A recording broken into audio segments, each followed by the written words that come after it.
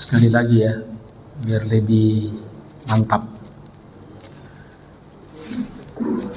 Karena salam itu kita disuruh selalu menebarkan salam. Karena doa ya. Assalamualaikum warahmatullahi wabarakatuh.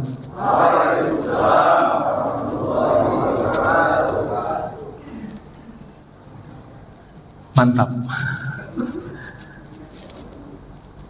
Karena salam itu kalau kita saling ketemu disunnahkan memberi salam. Bahkan jangankan kepada orang banyak seperti ini, sampai kita masuk di tempat yang kosong saja kita masih disunnahkan mengucapkan salam. Bahkan kepada orang yang sudah meninggal dunia. Artinya bermanfaat. Salam itu doa. Alhamdulillahirabbil alamin wa bihi nasta'inu ala umuri dunya waddin.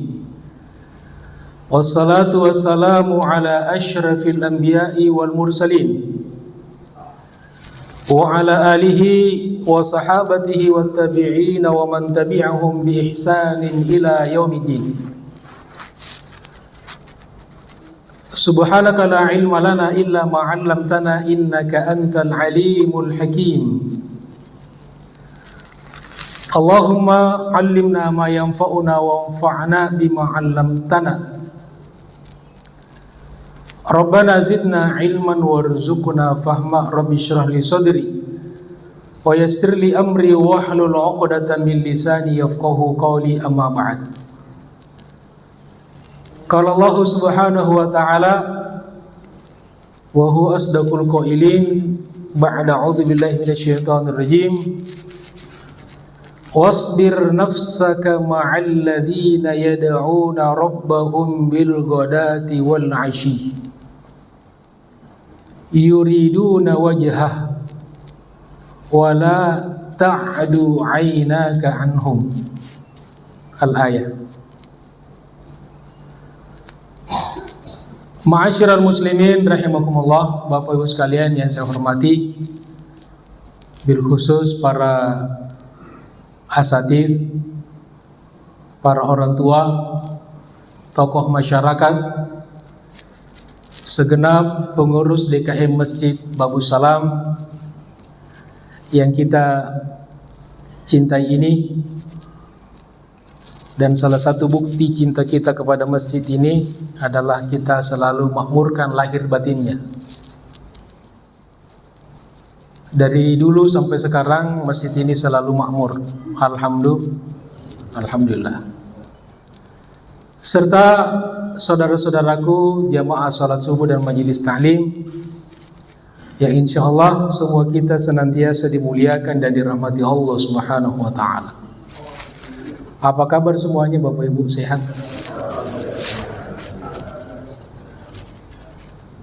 Alhamdulillah, puji syukur kita panjatkan kepada Allah Subhanahu wa taala setelah kita salat subuh berjamaah. Semoga Allah terima salat subuh kita dan ibadah-ibadah kita yang lainnya. Maka kita lanjut dengan ta'lim. Dan sekedar mengkonfirmasi saja bahwa bulan ini jadwal saya sedikit bergeser atau dimajukan. Ya, biasanya kan Ahad, sekarang Sabtu. Karena ada sedikit rencana perubahan jadwal. Nah, setelah dikomunikasikan dengan pengurus dan juga ustadz yang ngisi di hari ini, alhamdulillah bisa diganti. Itu jawaban. Mungkin ada yang bertanya-tanya dan belum tahu loh kenapa Sabtu. Jamaah sekalian dirahmati Allah Subhanahu wa taala, Kita kembali kepada materi pelajaran kita pada pagi hari ini, masih pembahasan kitab Riyadhus Shalihin dan juga dibarengi dengan syarahnya. Salah satu syarah Riyadhus Shalihin yaitu kitab Nuzhatul Muttaqin. Mudah-mudahan sekecil apapun ilmu yang kita pelajari dari para guru-guru kita, dari para ulama kita, baik langsung ataupun melalui kitab-kitab mereka, insya Allah menjadi ilmu yang bermanfaat dan barokah dunia akhirat. Amin ya rabbal alamin. Di kesempatan ini kita akan membahas satu bab, yaitu fadlu du'afatil muslimina wal fuqara'i wal khamilin.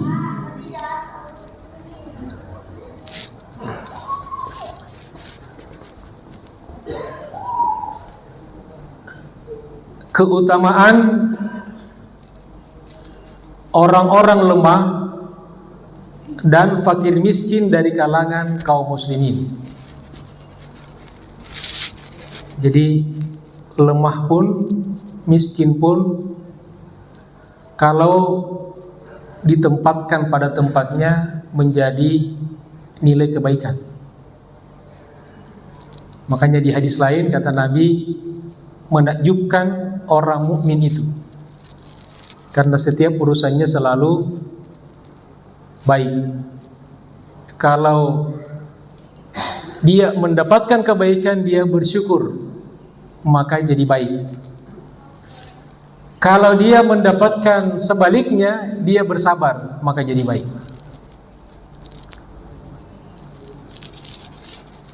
Ibu Al-Imam An-Nawawi rahimahullah memulai bab dengan sebuah firman Allah Subhanahu wa taala yang tadi Al-Fakir kutip di mukaddimah ta'lim, tepatnya di surat Al-Kahfi ayat 28. Al-Kahfi 28. Wasbir nafsaka ma'al ladzina yad'una rabbahum bil ghadati wal 'ashi. Wasbir nafsaka, dan sabarkan dirimu, bersabarlah. Ini perintah Allah kepada Rasulullah dan tentu kepada kita semua umatnya, disuruh kita bersabar. Ma'alladzina yad'una rabbahum, bersama orang-orang yang senantiasa menyeru kepada Rabb mereka, yang senantiasa beribadah kepada Allah Subhanahu wa taala, yang senantiasa beramal demi mendapatkan ridha Allah. Maka kita adalah komunitas orang-orang beriman. Maka di sini juga pentingnya berjamaah bersama dengan orang-orang beriman. Seperti kita di masjid ini kan kebersamaan. Bil ghadati wal 'ashi, baik di waktu pagi ataupun petang.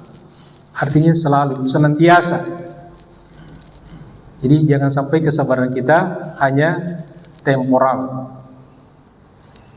Yuriduna wajha, yang mereka itu senantiasa menginginkan, mengharapkan ridha Allah. Tentu kita semua beribadah semata-mata ingin mendapatkan ridha Allah Subhanahu wa ta'ala. Maka itu yang kita perjuangkan terus, karena ini berproses. Maka kita tidak pernah bilang mengatakan kita sudah diridai Allah. Ya. Wala ta'du 'ainaka 'anhum, dan jangan berpaling kedua matamu dari mereka. Maksudnya kata ulama, jangan remehkan mereka. Kalau bahasa kita kan ada melihat sebelah mata, memandang sebelah mata kan. Jadi kadang-kadang bahasa mata ini bahasa tubuh kadang-kadang lebih kuat daripada bahasa lisan. Ya, jadi di sini merendahkan, dilarang kita merendahkan kaum muslimin, sesama orang-orang beriman, dengan bahasa tubuh. Jangan pandang sebelah mata, artinya jangan rendahkan dengan cara apapun, apakah dengan perkataan atau dengan perbuatan. Kita harus saling menghormati. Tidak boleh kita saling merendahkan, saling meremehkan, saling menghina, saling memberikan stigma-stigma negatif. Apalagi sama-sama sudah beriman, dan semua kita baru dalam tahap mengaku beriman. Bahwa iman kita diakui, diterima oleh Allah, itu kan urusan Allah. Jamaah sekalian dirahmati Allah Subhanahu wa taala. Kemudian selanjutnya Imam Nawawi di sini mengutip beberapa hadis. Kita baca beberapa di antaranya. Yang pertama, An Harithata ibni Wahb radhiyallahu anhu. Itu nama sahabat, Haritha bin Wahab. Semoga Allah meridainya. Nah, kalau sahabat, ya pasti sudah diridai Allah. Radhiyallahu anhum wa radu'an. Ada jaminan dari Allah. Mereka ridho kepada Allah, Allah pun ridho kepada mereka. Kalau kita kan hanya satu pihak saja, tidak ada jaminan bahwa Allah sudah ridho kepada kita. Maka disitulah letak perjuangannya. Qala, beliau berkata, sami'tu Rasulullah sallallahu alaihi wasallam. Aku telah mendengar Rasulullah sallallahu alaihi wasallam yaqulu, bersabda, ala ukhbirukum bi ahlil jannah. Inginkah aku kabarkan kepada kalian tentang penghuni surga? Di sini dikatakan bi mu'dhami ahliya, umumnya penghuni surga. Kullu dha'ifin mutadha'af. Yang pertama kata Nabi, setiap orang lemah, dha'if. Dan karena dia lemah, maka direndahkan, dilemahkan, diremehkan. Seperti kita dalam bermasyarakat ini, kadang-kadang kalau kita lemah dalam salah satu aspek, itu mudah jadi objek diremehkan orang. Kalau kita lemah secara fisik, lemah secara ekonomi, secara finansial, lemah secara ilmu, maka rentan sekali untuk kita diremehkan. Tapi kalau kita punya ilmu, tidak gampang orang untuk meremehkan kita. Nah, jadi di sini orang lemah yang dilemahkan, yang direndahkan. Jadi masya Allah,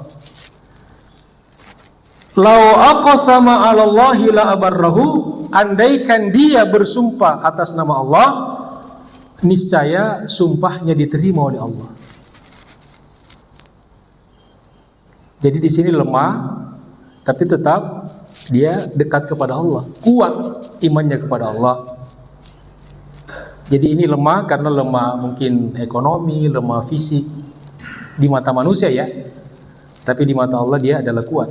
Buktinya, andaikan dia bersumpah atas nama Allah, Allah kabulkan sumpahnya.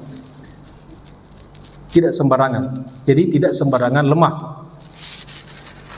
Kemudian, ala ukhbirukum bi ahli nar. Inginkah aku kabarkan kepada kalian penghuni neraka? Yaitu bisi matihim wa af'alihim, di antara tanda-tanda dan perbuatan-perbuatan mereka. Yang pertama kata Nabi, kullu mutullin.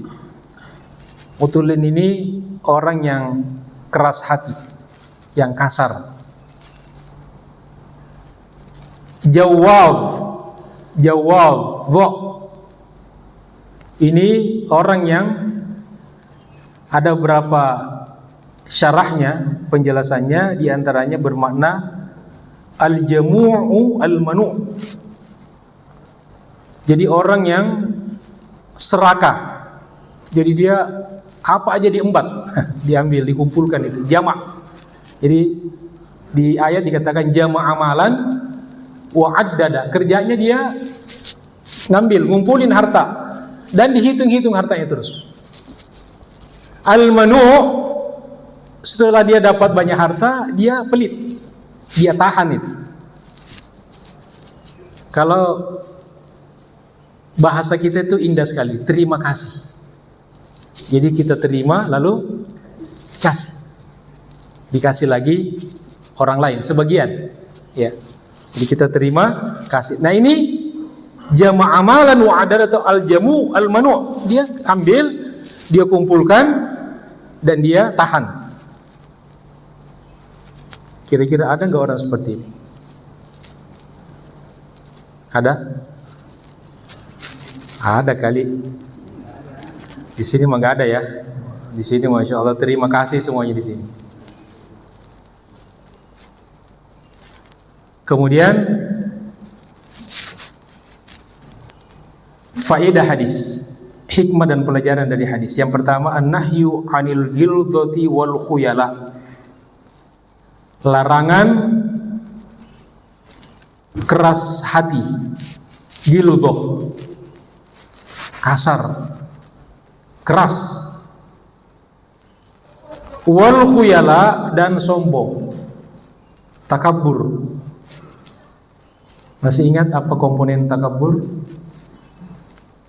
Jadi kita jangan stigma mencap orang sombong itu dari gaya jalannya, dari bahasa tubuhnya. Itu mungkin bisa, tapi inti utamanya sombong itu kan apa? Dua kan? Batarul haq wa gamtun nas.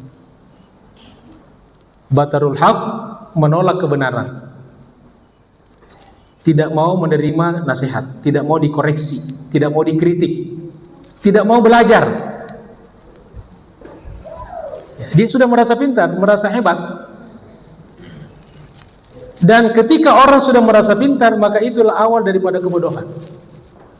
Seperti itu kata Imam Al-Ghazali, Abu Hamid rahimahullah. Itu pelajaran yang pertama. Yang kedua, istihbabut tawadhu' wat tadhallul lil muslimin.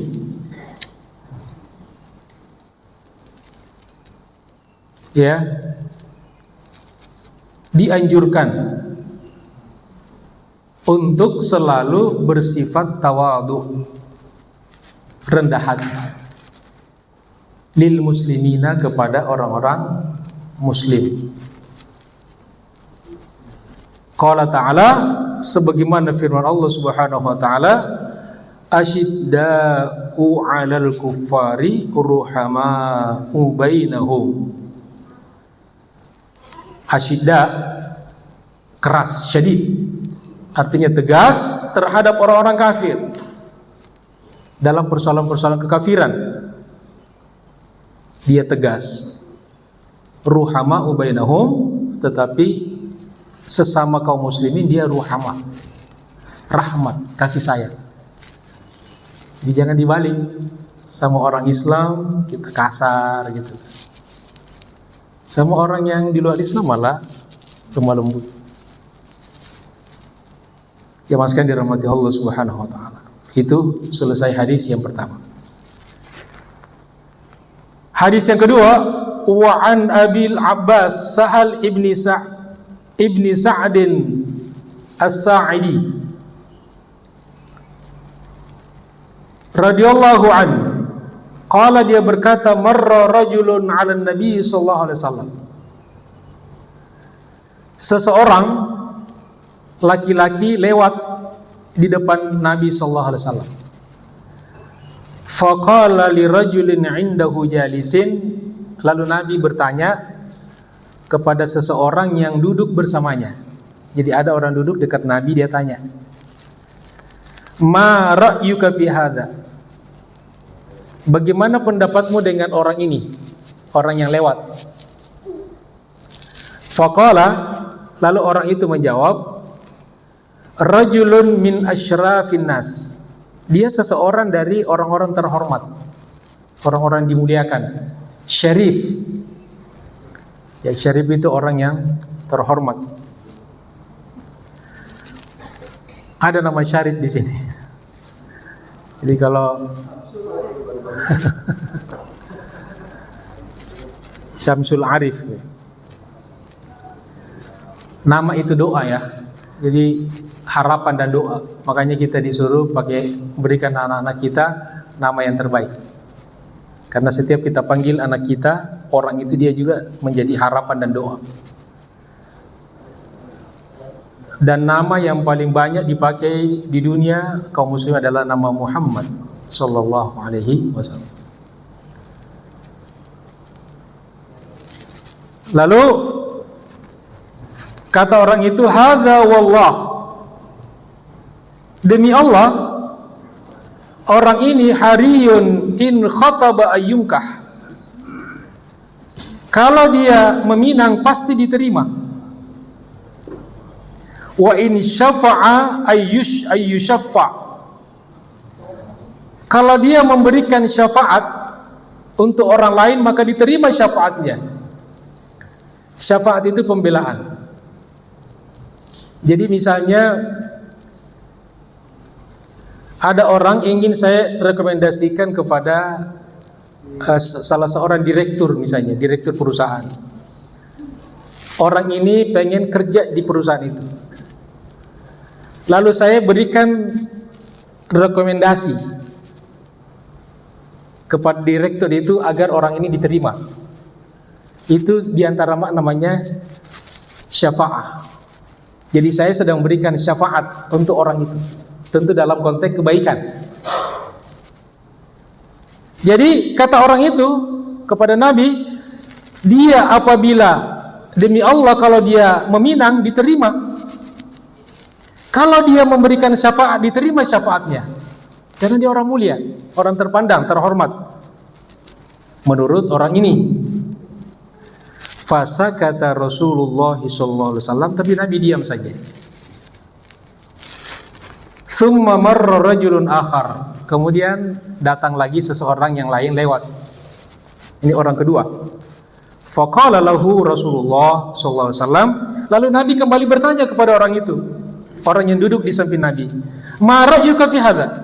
Nah, sekarang pendapatmu bagaimana dengan orang ini? Faqala, lalu orang itu berkata, ya Rasulullah, hadza rajulun, ini orang min fuqara'il muslimin, dia orang fakir miskin. Orang muslim yang fakir, miskin dia. Hadza hariyun in khataba alla yunkah. Dia ini kalau meminang pasti gak diterima pinangannya. Kalau dia mau menikah dan meminang seorang perempuan pasti ditolak. Wa in syafa'a alla yushaffa. Kalau dia memberikan rekomendasi, berikan syafaat kepada orang untuk orang lain, pasti ditolak syafaatnya. Wa in qala alla yusma' liqauli. Kalau dia ngomong, orang tidak mendengarkan omongannya. Orang miskin menurut orang itu. Ini kan rata-rata pandangan manusia sekarang seperti itu. Faqala Rasulullah SAW, maka Rasulullah SAW bersabda, hadza khairum min mil'il ardi mithli hadza. Lebih baik orang ini daripada yang tadi, meskipun jumlahnya sepenuh bumi.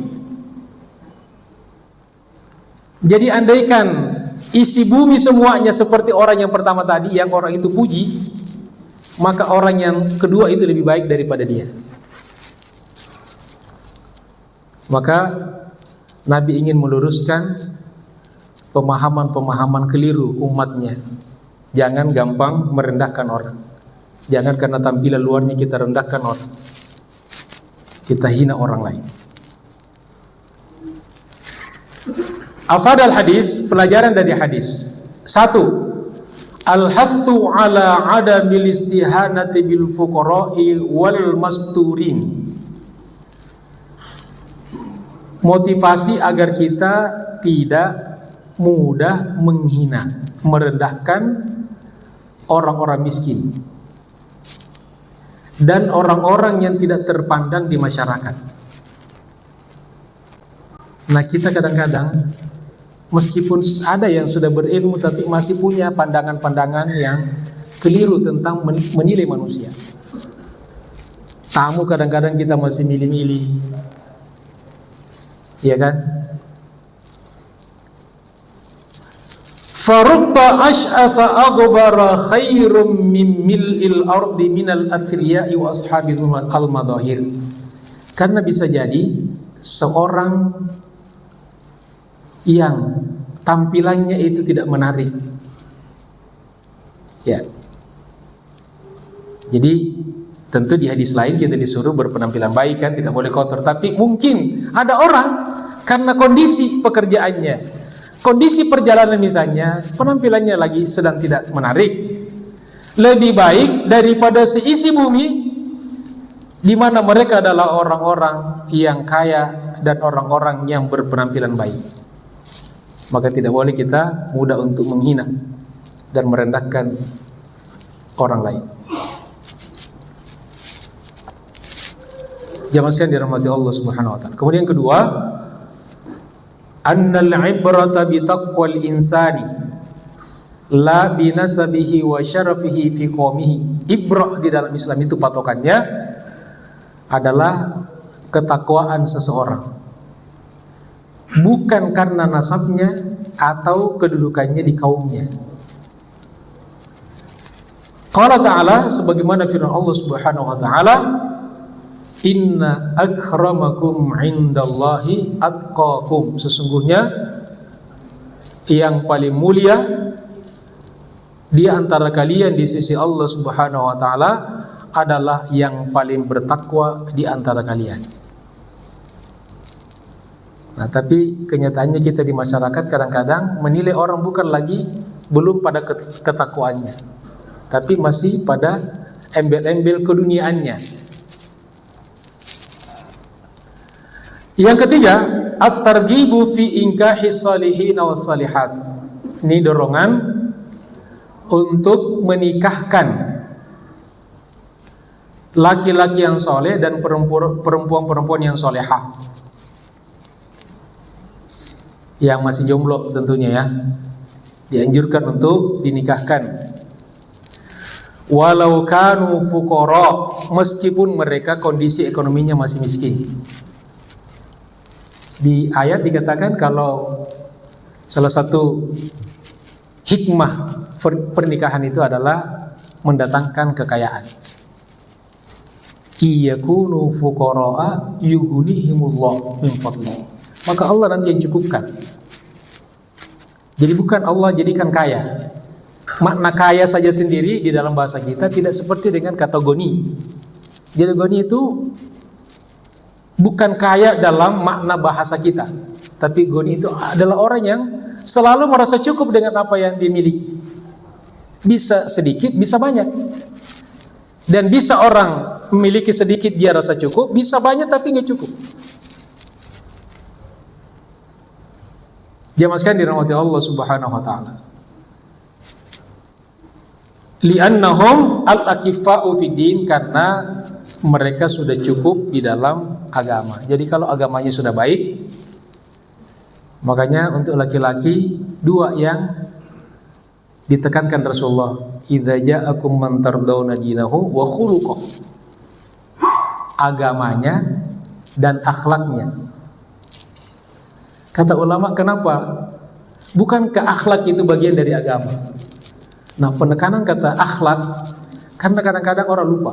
Kadang-kadang dari sisi ibadah, amalia, ritual sudah baik, tapi akhlaknya kepada orang kadang-kadang masih kasar, cuek, menghina. Jadi cuma dua syarat. Kalau laki-laki cuma dua, kata Nabi, kalau kalian sudah srek dengan agamanya dan akhlaknya. Dan kalau perempuan kan ada 4 cirinya, dan yang paling diutamakan tungkahul mar'u al-mar'atu lidiniha, terakhir. Kalau mau selamat, nikahi seorang perempuan karena dominasi faktor agamanya. Nah, kenapa jemaah sekalian? Karena lagi-lagi seperti yang pernah Al-Fakir sampaikan, kata ulama, seburuk-buruk orang yang sudah menikah itu lebih baik daripada orang yang masih menjomblo. Ya Bu, jangan.